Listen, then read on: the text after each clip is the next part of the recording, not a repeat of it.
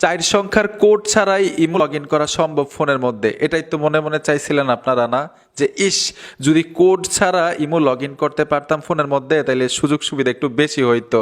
ভাই, সকলের মনের আশা পূরণ করে দিল ইমো। এখন থেকে আপনি সিমটা হারাই ফেলেন অথবা আপনার মোবাইলের মধ্যে ইমোটা অ্যাক্টিভ নাই, বিদেশে চলে গেলেন, বাংলাদেশে সিমটা রাইখা কোড ছাড়াই আপনার ইমোটা আপনি লগ ইন করতে পারবেন, এরকম একটা সুযোগ ইমোতে চলে আসছে। কি সুযোগটা কাজে লাগাবেন না?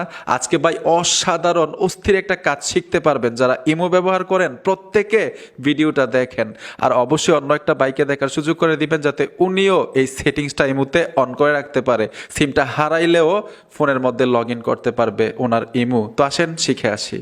আমি মূল ভিডিওতে চলে আসলাম। এই সেটিংসটা আপনি ইমোতে কিভাবে করে রাখবেন, আপনার সিমটা হারাই ফেলেন অথবা আপনি বিদেশে চলে গেলেন, কোড ছাড়াও যাতে আপনার ইমোটা আপনি লগ ইন করতে পারেন। সবচাইতে ইম্পর্ট্যান্ট একটা সেটিংস।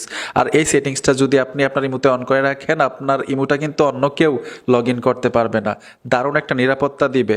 তো সোজা ইমোতে চলে আসবেন। ইমোতে আসার সাথে সাথেই নিচে প্লাস আইকন আছে, প্লাস আইকনে চলে আসবেন। আর একটা বিষয় হচ্ছে অবশ্যই আপডেট করে নেবেন। আপডেট করলে নতুন নতুন সেটিংসগুলো যুক্ত হয়।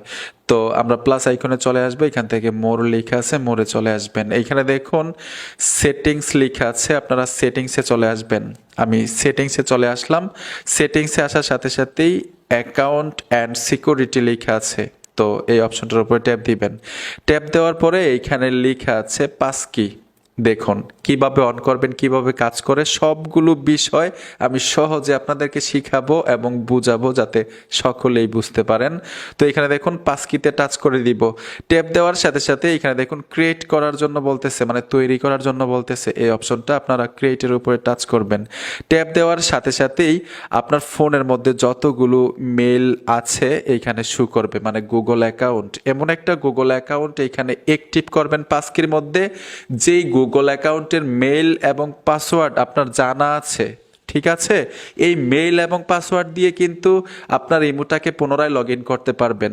ধরেন আমি এইখান থেকে পাসকির মধ্যে একটা মেইল অ্যাড করে রেখেছি, অ্যাড করার পরে আমার এই ফোনটা হারাই গেল, আমার সিমটা হাতে নেই, ফোনটাও হাতে নেই, অথবা আমি বিদেশে চলে গেলাম, যেই নাম্বারটা দিয়ে ইমো ব্যবহার করি ওই নাম্বারের সিমটা বাংলাদেশে রেখে বিদেশে চলে গেলাম, তখন যদি এই নাম্বারটা ইমোতে দেন তাহলে কিন্তু কোড চাইবে। কোড তো বাংলাদেশে, মানে সিম রেখে গেলেন, কিভাবে পাবেন? তখন এই মেল দিয়ে আপনি লগ ইন করতে পারবেন। যেই ফোনটার মধ্যে আপনি ইমোটা লগ ইন করবেন সেই ফোনের মধ্যে এই মেলটা আগে আপনার লগ ইন থাকতে হবে। আশা করি বুঝতে পেরেছেন।